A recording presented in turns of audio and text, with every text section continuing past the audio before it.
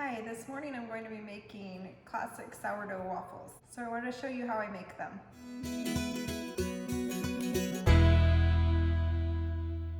I started last night. I'm gonna take this plastic wrap off.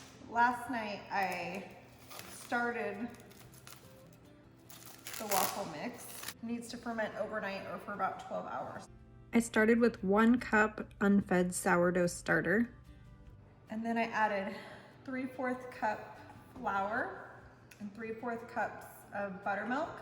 You could also add milk KEFIR instead of buttermilk. The reason I'm not using regular milk is because it's going to be sitting out overnight. And so you need something that's already soured or fermented so that it doesn't go bad or build up bad bacteria. The last ingredient is a teaspoon of honey. So you're gonna mix that really well and then cover it with plastic wrap so that it doesn't get a hard skin on top since it'll be sitting out overnight.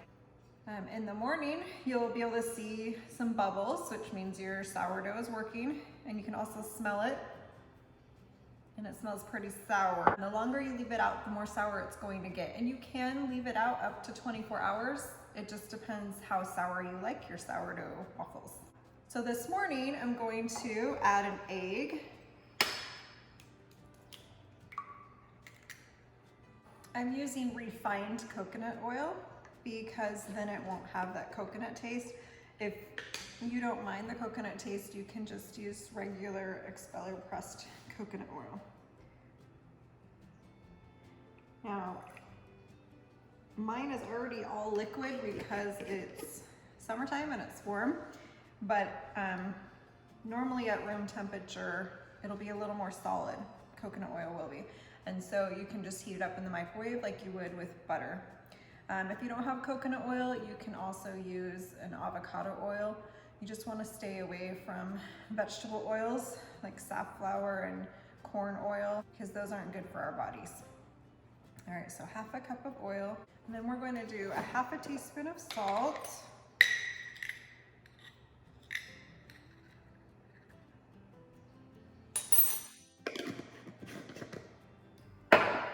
And 1 teaspoon of baking powder.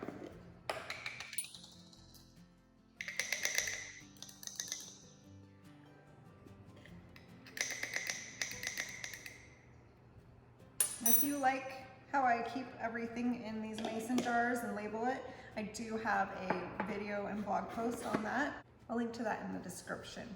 Now I'm just going to stir everything together until it's really well mixed. You just don't want to over mix it. So if there's a few lumps, that's okay.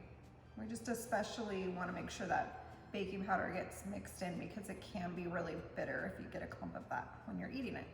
Now we have our waffle batter all ready to go, and I'm going to cook that on a cast iron waffle maker, but you can do that on an electric waffle maker, any kind of waffle maker. For my cast iron waffle maker, I'm going to do about 1/2 cup of batter. In an electric waffle maker, you can usually fit about 1 cup of batter.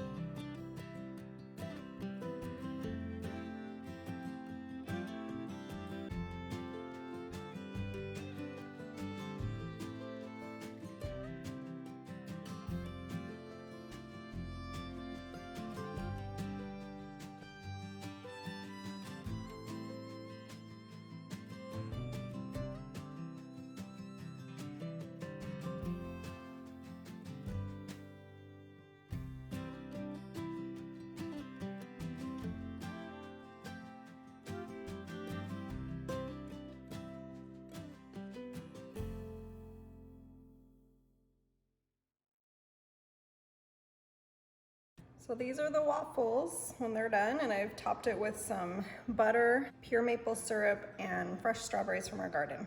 I hope you enjoy.